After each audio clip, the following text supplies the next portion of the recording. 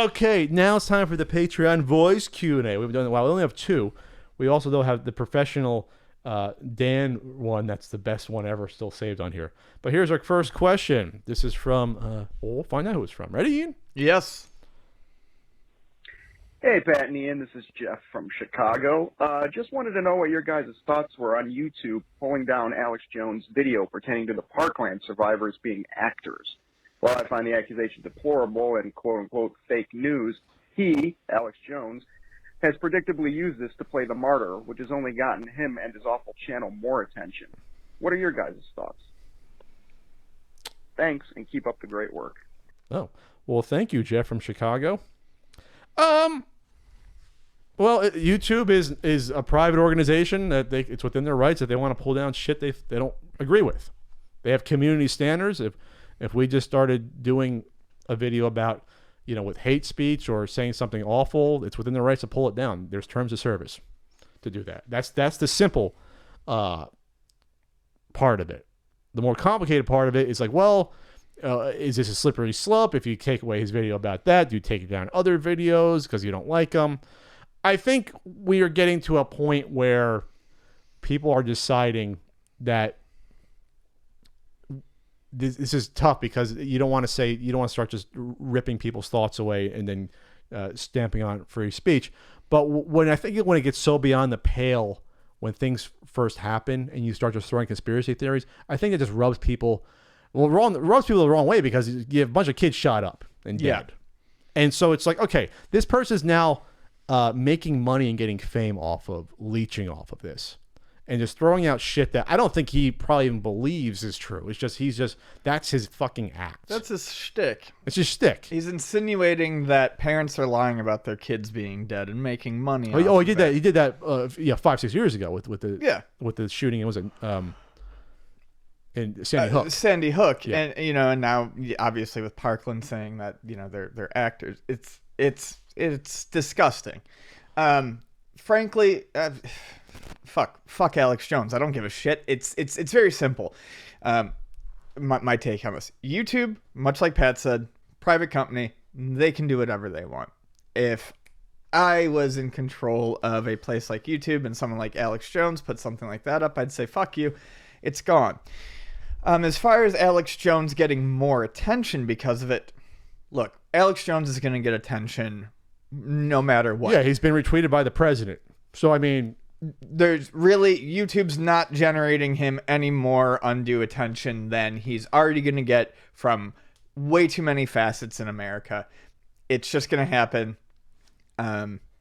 He makes his living off of getting attention. That's his entire purpose. Whether or not YouTube left that up there or not, he would have found a way in front of your eyes some way or another. So I don't think that there's a whole lot. I don't think there's a real argument against YouTube taking down his video on that basis, that it only furthered his message.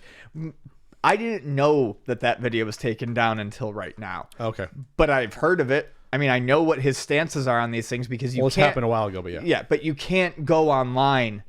It's hard to go online and exist in the current internet age or social media without knowing what these fucking jackasses think, because people talk about it. And plus, I mean, if you want to listen to this stuff, it's on their websites. They stream this stuff live. He does a live broadcast every day. So if you really are interested in that, you can find it.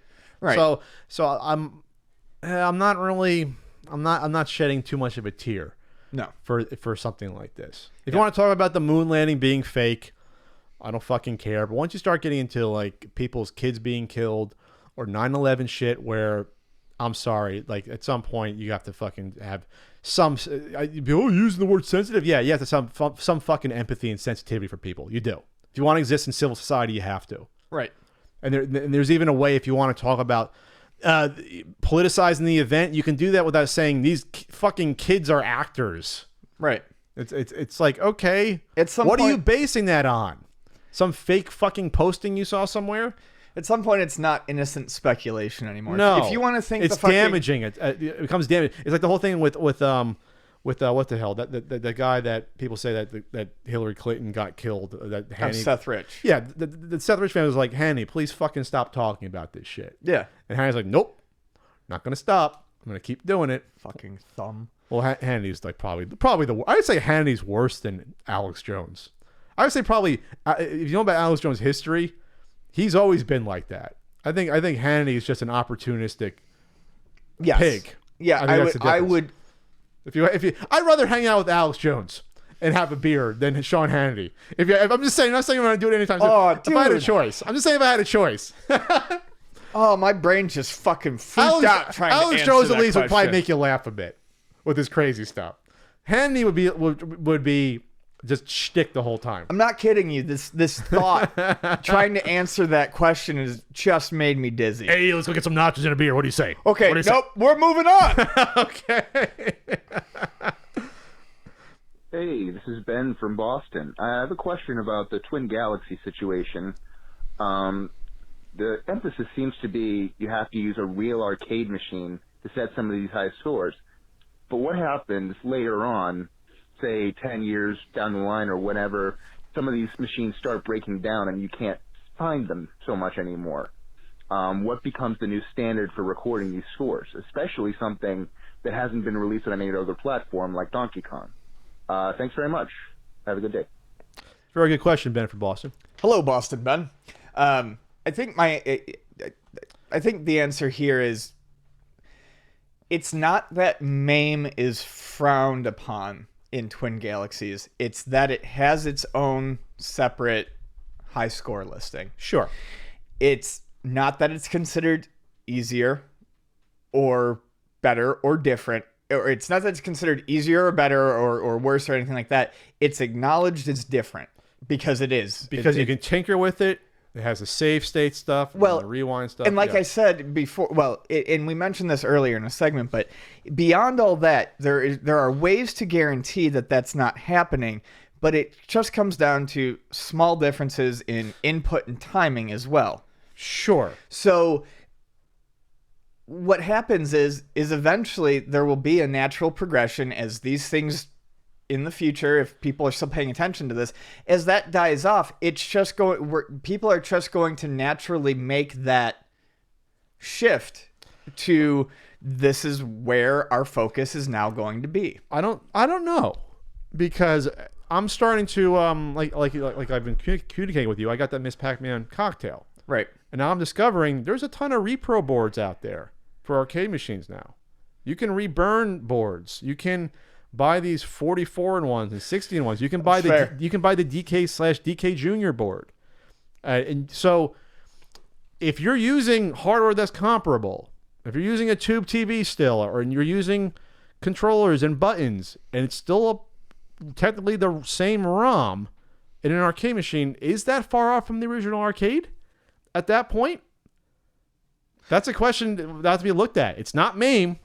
It's not MAME, for sure. Well, if you're not using You're still MAME, playing on a board. if you're using the actual board, You're still playing the ROM still on a board.